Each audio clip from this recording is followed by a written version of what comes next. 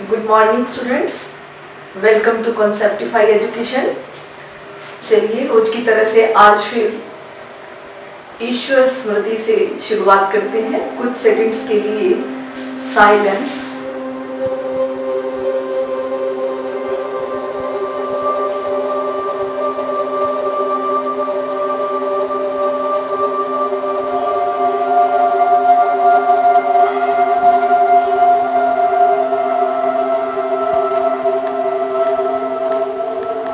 एकदम शांत चित्त और एकाग्र होकर बैठेंगे। ओम शांति। स्टूडेंट्स, आज हम एक जो टॉपिक शुरू करने वाले हैं वो है चट्टानें, रॉक्स। सेम पिछले टॉपिक की तरह से, मृदा परिच्छेद की तरह से इसमें भी बहुत से कंफ्यूजन्स हैं जो आज हम क्लियर करने वाले हैं। उससे पहले स्टूडेंट्स, मेरी एक नेक सलाह है आपके लिए कि आपके पास इन दिनों फ्री वक्त है तो हम कोई भी जर्नी करते हैं तो एक प्लानिंग होती है। तो आपकी ये जो स्टडी की जर्नी है, भले आप आगे हायर स्टडीज करने वाले हैं या कोई कैरियर चूज करने वाले हैं, तो आपको कंपटीशन तो फाइट करने पड़ेंगे। तो हम ये जो टॉपिक ले रहे हैं, मैं आपको जिस तरीके से ये कंटेंट आपके सामने रख रही हूँ वो आपको प्रतियोगी परीक्षाओं में बहुत हेल्पफुल रहेगा। आप बच्चे भी अपनी स्टडी केवल पास होने के लिए नहीं, आप आगे का लक्ष्य सामने रख कर पढ़ेंगे, ऐसी मैं आशा करती हूँ। तो चट्टानें क्या है?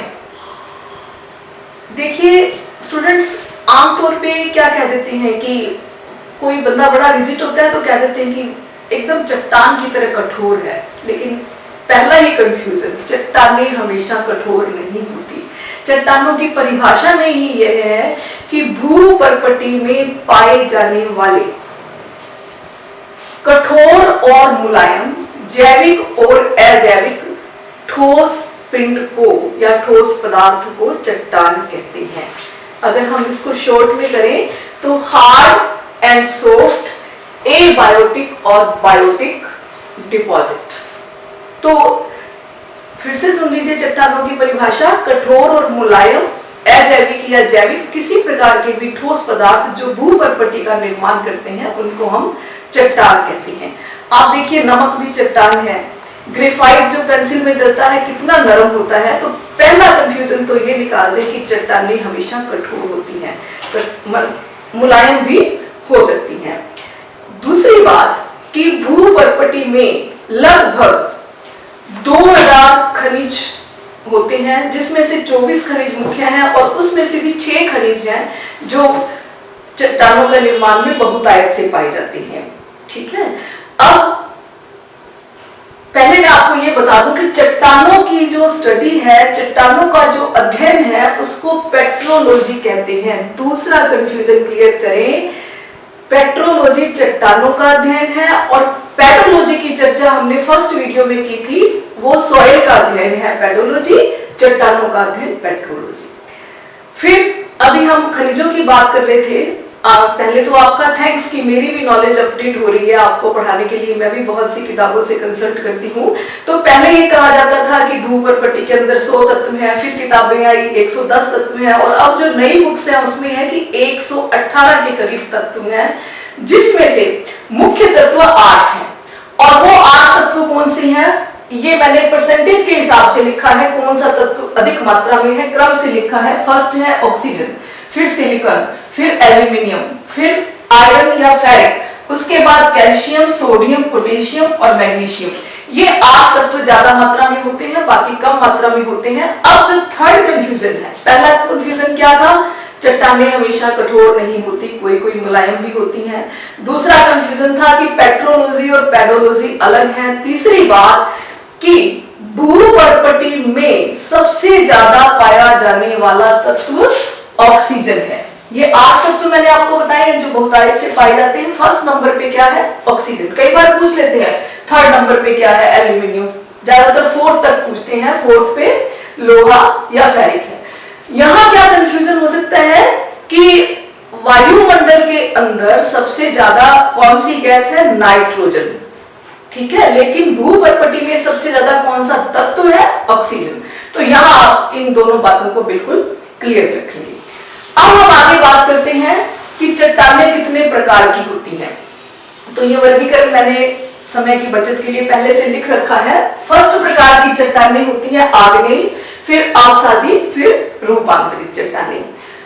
ये जो आग्नेय चट्टानें हैं, इनको अच्छी तरह से समझ लेंगे तो हमें बाकी चट्टानें समझ में आ जाएंगी। पृथ्वी की उत्पत्ति के साथ ही इन चट्टानों की उत्पत्ति हुई, इसलिए इनको प्राथमिक चट्टानें, अब इनके दूसरे नाम, इनको कहते हैं प्राथमिक चट्टानें। ये इनसे बनी इसलिए इनको कहते हैं द्वितीयक चट्टानें, और ये इन दोनों से बनी इसलिए इनको कहते हैं तृतीयक चट्टानें। ये भी आपको क्लियर होना चाहिए।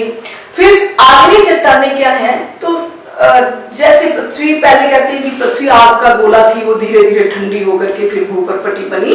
तो जहां ज्वालामुखी होते हैं, जहां पहाड़ भी होते हैं, वहां पर क्या होता है, अगर आग्नेय का मतलब अग्नि से है, उच्च ताप से है। तप्त और तरल एक चिपचिपा पदार्थ नीचे होता है भूमि के, जिसको बोलते हैं मैग्मा।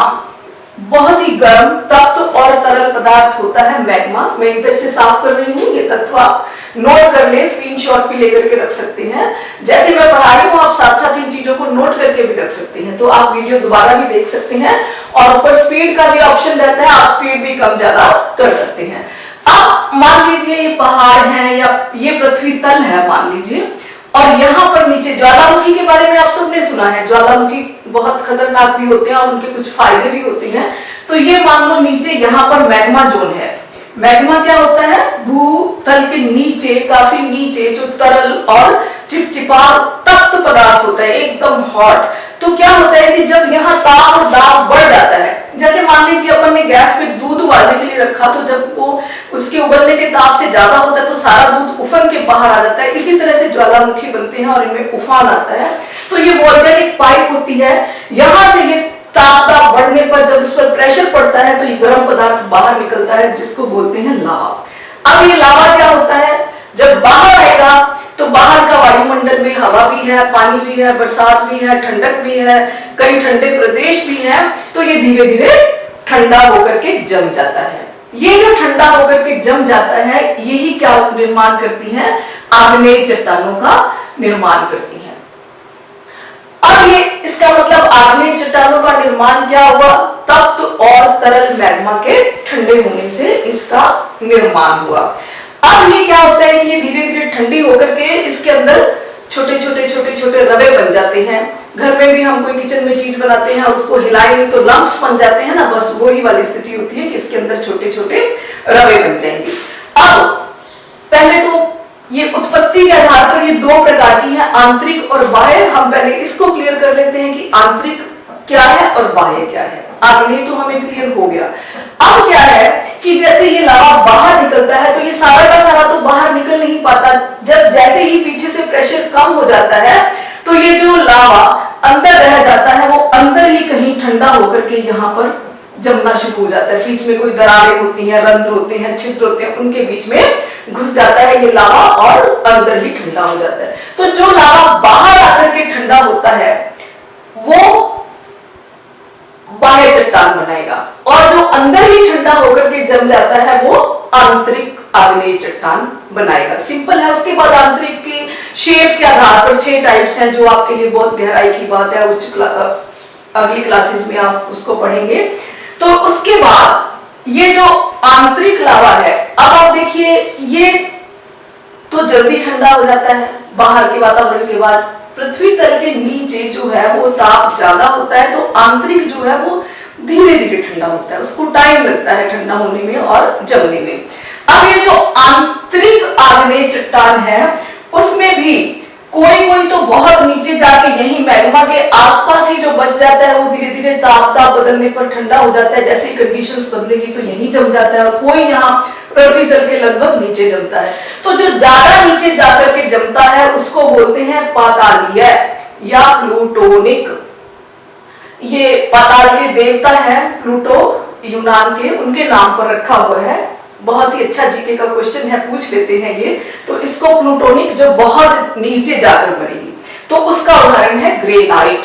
तो ये ग्रेनाइट सीधा जाके किसका दूसरा उदाहरण हुआ आंतरिक चट्टान का पूछे तो भी ग्रेनाइट, पातालीय का पूछे तो भी ग्रेनाइट और आग्नेय का पूछे तो भी ग्रेनाइट। दूसरे प्रकार की है मध्यवर्ती, जो ऊपर आकर यहाँ बाह्य आंतरिक के बीच में जमती है, लेकिन ये भूतल के नीचे ही होती है, जस्ट नीचे, कहीं दरारों में चली गई या कहीं सीधी एक दरार में खड़ी हो गई या छिद्रों में घुस गई, तो उसको कहते हैं मध्यवर्ती। डोलेराइट इसका एग्जाम्पल है। फिर बाह्य है बेसाल्ट और राइलाइट।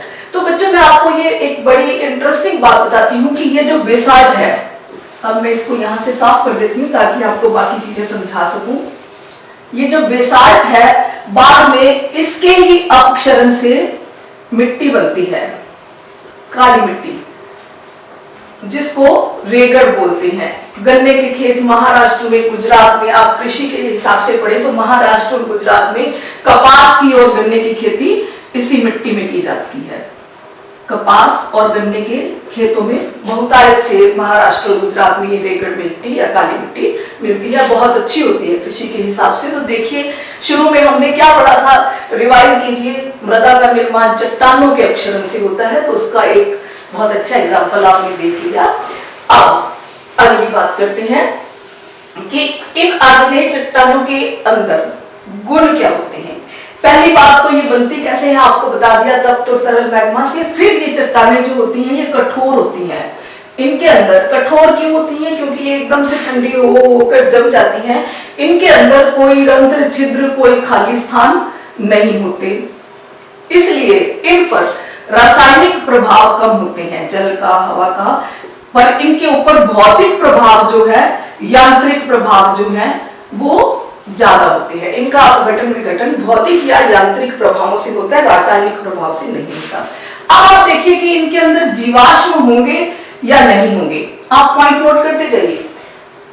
कार्बनिक पदार्थों से बने होते हैं जीवाश्म पदार्थ। तो जब लावा, अग्नि, आग्नेय जब इतना उच्च तापदाब होगा तो क्या आप इमेजिन कर सकते हैं कि वहां पर कोई जीवाश्म या जीवावशेष रहेंगे? वो तो नष्ट हो जाएंगे।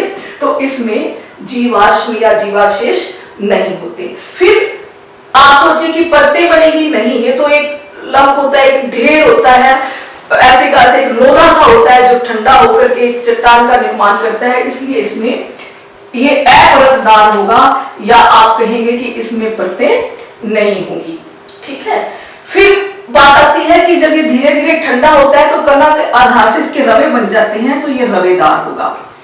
अब इनमें भी फर्क होगा। जो आंतरिक चट्टान होती है, जो अंदर होती है, वो धीरे धीरे ठंडी होती है। जो बाह्य होती है वो हवा, जल, वातावरण की नमी के कारण जल्दी ठंडी होती है। तो इसमें जो रवे बनेंगे आंतरिक में, वो रवे बड़े होंगे और इसके अंदर जो रवे बनेंगे वो छोटे होंगे। फिर ये आंतरिक के ऊपर दबाव ज्यादा रहता है, तो आंतरिक जो चट्टानें हैं वो ज्यादा कठोर होंगी, अपेक्षाकृत बाहर वाली कम कठोर होंगी। अभी बताया था इससे आगे जाकर के मिट्टी का निर्माण हो जाता है बेसाल्ट से। तो ये तो हो गई उत्पत्ति के आधार पर और आग्नेय चट्टानों का वर्णन। फिर है रासायनिक संगठन के आधार पर ये आग्नेय चट्टानें या कोई भी चट्टानों का आगे आ जाता है, अम्लीय, साधारण और क्षारीय। और ये वर्गीकरण है सिलिका की मात्रा के आधार पर। सिलिका अम्लीय होती है, तो सिलिका जितनी ज्यादा होगी वो उतना ही अम्लीय होगा। तो जिसमें 65 से 85% तक सिलिका की मात्रा होती है उसको अम्लीय चट्टान कहते हैं। और जिसके अंदर ये ग्रेनाइट अम्लीय चट्टान का ही उदाहरण है, जिसके अंदर 55 से 65% तक सिलिका की मात्रा होती है उसको साधारण चट्टान कहेंगे या मध्यवर्ती भी कह देते हैं। इसका उदाहरण है एंडीसाइट। और ये जो बेसाल्ट है ये क्षारीय में आती है, कृषि के लिए उत्तम मिट्टी बनाती है।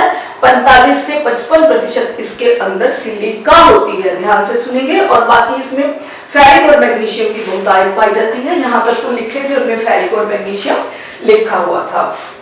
ये हमारा हो गया आग्नेय चट्टानों के बारे में। अब अगली चट्टान आती है अवसादी चट्टानें। ठीक है। अब इनको कभी कभी ये बड़े अच्छे प्रश्न बनते हैं कि किस प्रकार की चट्टानों में परतें होती हैं या नहीं होती, या किस पर जल का प्रभाव होता है।